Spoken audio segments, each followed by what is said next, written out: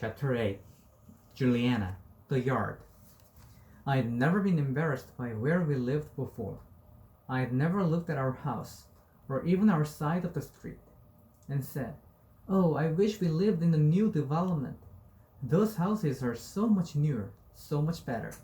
This is where I'd grown up. This was my home." I was aware of the yard, sure. My mother had grumbled about it for years, but it was a low grumbling, not worthy of deep concern. Or so I supposed, but maybe I should have wondered. Why let the outside go and keep the inside so nice? It was spotless inside our house, except for the boys' room. That is, Mom gave up on that after she discovered the snake. If they were old enough to adopt the snake, she told my brothers, they were old enough to clean their own room. Matt and Mike translated this to keep the door closed, and became quite pleasant about doing just that. Besides the yard, I also never really wondered about the money, or the apparent lack thereof. I knew we weren't rich, but I didn't feel like I was missing anything you could buy anyway. Matt and Mike did ask for things a lot, but even though my mother would tell them, "No, boys, we just can't afford that," I took this to mean, "No, boys, you don't deserve that," or "No, boys, you don't really need that." It wasn't until Bryce called our home a complete dive that I started really seeing things. It wasn't just a yard. It was my dad's truck, my mother's car, the family bike that was more rust than steel, and the fact that when we did buy something new, it always seemed to come from a second time around store. Plus, we never went on vacation ever. Why was that? My father was the hardest working man in the world, and my mother worked for a temp service doing secretarial jobs whenever she could. What was all that hard work about if this is where it got you? Asking my parents whether we were poor seemed incredibly impolite. But as the days went by, I knew I had to ask. Just had to. Every day I'd ride home from school on our rusty bike, pull past the broken fence and patch yard, and think, tonight, I'll ask them tonight. But then I wouldn't ask them. I just didn't know how. Then one day I had an idea, a way to talk to them about it, and maybe help out a little too. And since my brothers were working at the music store that night, and nobody was saying much of anything at the table, I took a deep breath and said, "I was thinking, that it wouldn't be hard to fix up the front yard if I could get some nails and a hammer, and maybe some paint, and how much those grass seed cost. It can't be that much, right? I could plant a lawn, and maybe even some flowers." My parents stopped eating and stared at me. "I know how to use a saw and a hammer. It could be, a project." My mother quit looking at me and stared at my father instead. My father sighed and said, "The yard is not our responsibility, Juliana." It's not?" He shook his head and said, "It's Mr. Finnegan's." "Who's Mr. Finnegan?" "The man who owns this house." I couldn't believe my ears. "What?" My father cleared his throat and said, "The landlord." "You mean we don't own this house?" They looked at each other, having some private wordless conversation I couldn't decipher. Finally, my father said, I didn't realize you didn't know that. But that doesn't make sense. Aren't landlords supposed to come and do things? Like fix the roof when it leaks and clear the drains when they're plugged? You always do that stuff, Dad. Why do you do it when he's supposed to?" "Because," he sighed, "it's easier than asking him for help. But if..." And my father interrupted me. "It keeps him from raising the rent." "But..." My mother reached over and took my hand. "Sweetheart, I'm sorry if this is a shock. I guess we always thought you knew. But what about the yard? Why keep up the inside but not the outside?" My father frowned and said, "When we signed the lease, he assured us he would fix the fences, front and back. and plant sod in the front yard. Obviously, that never happened. He shook his head. It's a major undertaking, and fencing is not cheap. I can't see putting that sort of investment into a property that's not ours.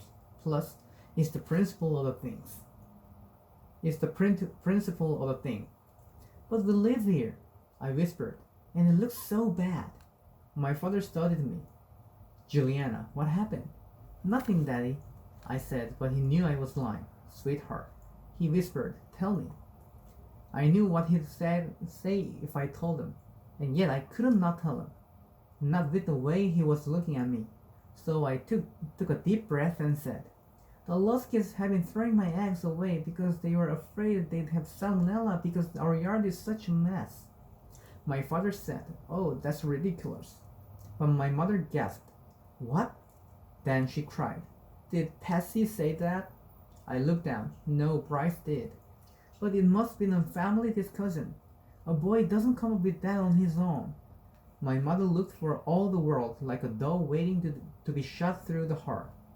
She covered her face with her hands and said, I can't go on like this, Robert. Things have got to change. They've just got to. Trina, you know I'm doing the best I can. I'm sorry about the yard. I'm sorry about the situation. This isn't the picture I had for my family either. But sometimes you have to sacrifice for what's right. My mother looked up from her hands and said, this is not right for our family. Your daughter is suffering because we won't fix up our own yard. It's not our yard. How can you say that, Robert? Wake up. We have lived here for 12 years. It's not temporary anymore.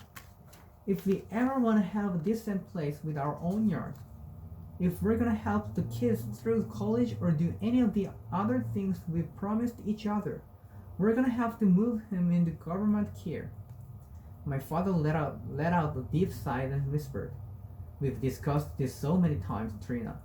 In the end, you always agreed that keeping him at Grand Haven is the right thing to do. I wanted to say, wait, what are you talking about? Who are you talking about? But the conversation was flying so fast and furious that I couldn't seem to break it. And it wasn't long before they were bickering so badly that it was almost like I wasn't there. Then, in the back of my mind, it clicked. Everything clicked. It was my dad's brother they were talking about, my Uncle David. To me, Uncle David was only a name. Someone my parents had explained to me, but not someone I'd ever actually met. And even though I knew my dad visited him, I never knew exactly when. He never talked about it. Dad also thought we shouldn't talk about Uncle David to others because David was retarded. People jumped to conclusions. He told me. They assumed that by association. Something must also be wrong with you. Trust me, I know. So we didn't talk about it, not at home, not with friends.